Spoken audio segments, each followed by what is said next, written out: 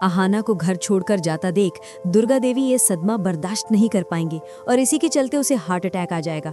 पर क्या अर्जुन माँ को इस हाल में देखकर आहाना को घर छोड़कर जाने से रोक पाएगा?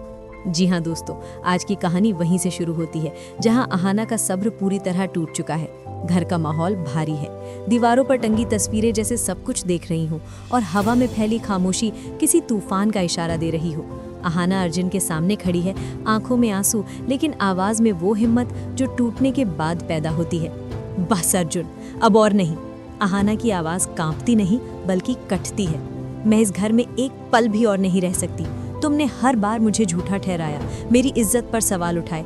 अब मैं जा रही हूँ। अर्जुन कुछ कह पाता उससे पहले आहाना आगे बढ़ जाती है।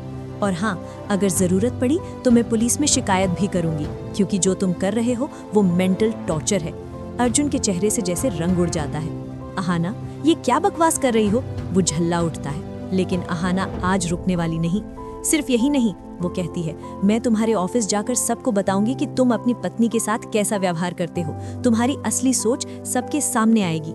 ये सुनते ही अर्जुन का गुस्सा फूट पड़ता है। बस बहुत हुआ, वो चिल्लाता है, तुम हर बार मेरे खिलाफ ही फैसले लेती हो। गांगुली सर, पुलिस स्टेशन और अब ये धमकियां।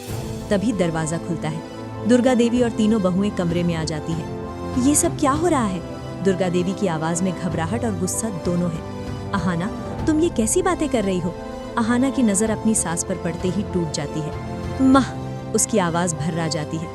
मैं सिर्फ आपकी वजह से इस घर में रुकी थी, लेकिन आज मेरा अपमान इस हद तक बढ़ गया है कि मैं और नहीं सह सकती। तीनों बहुएं एक दूसरे को देखती हैं। बड़ी बहू धीरे से कहती है, आहाना शांत हो जाओ, बात को इतना मत बढ़ाओ। आहाना सिर हिलाती है, नहीं दीदी, जब किसी औरत की इज्जत रोज रोज तोड़ी जाए तो चुप रहना गुनाह बन जाता है। वो अपना बैग उठाती है। हर कदम भारी है, लेकिन फैसला पक्का। उधर अर्जुन का अहंकार उसे रोकने नहीं देता। जाओ, अगर घर छोड़ना है तो जाओ, मुझे कोई सफाई नहीं चाहिए। ये शब्द दुर्गा देवी के दिल पर हथौड़े की तरह लगते हैं। उनका चेहरा सफेद पड़ जाता है। आहाना, रुक जा बेटी, वो लड़खड़ाती हुई कहती है।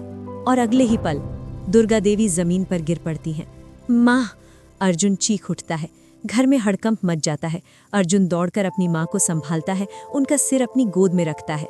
माँ, आंखें खोलो प्लीज। आहाना दरवाजे पर रुक जाती है। उसका दिल जोर जोर से धड़कने लगता है। तीनों बहुएं पानी लाने दौड़ती हैं।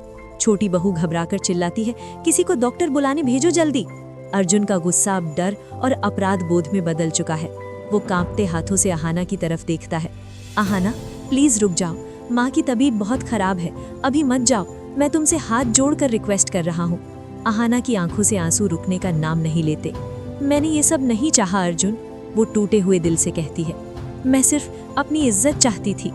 उसी घर के दूसरे हिस्से में पोल्टू और ठाकुर जी सब सुन चुके हैं। पोल्टू खुद से बड़बड़ाता है, ये घर कब से इतना जहरीला हो गया?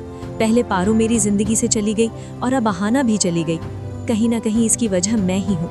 ठाकुर जी गहरी सांस लेते हैं। शायद हम सब से ही कहीं ना कहीं गलती हो रही है, वो गंभीर आवाज में कहते हैं। इधर आहाना अब भी दरवाजे के पास खड़ी है।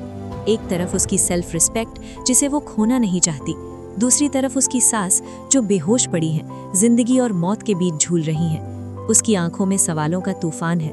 क्या वो रुक जाएगी या फिर अपनी जिंदगी का सबसे बड़ा कदम उठा लेगी? क्या अर्जुन का अहंकार टूटेगा या वो आहाना को हमेशा के लिए खो देगा? क्या इस घर में कभी सच और इंसाफ की जीत होगी? अगला एपिसोड होगा इमोशंस, गिल्ट और हाई वोल्टेज ड्रामा से भरपूर। देखते रहिए, क्योंकि यहाँ हर खामोशी के पीछे छुपा होता है एक बड़ा सच। आहाना का फैसला सही था या गलत? कमेंट में सिर्फ यस या नो लिखो।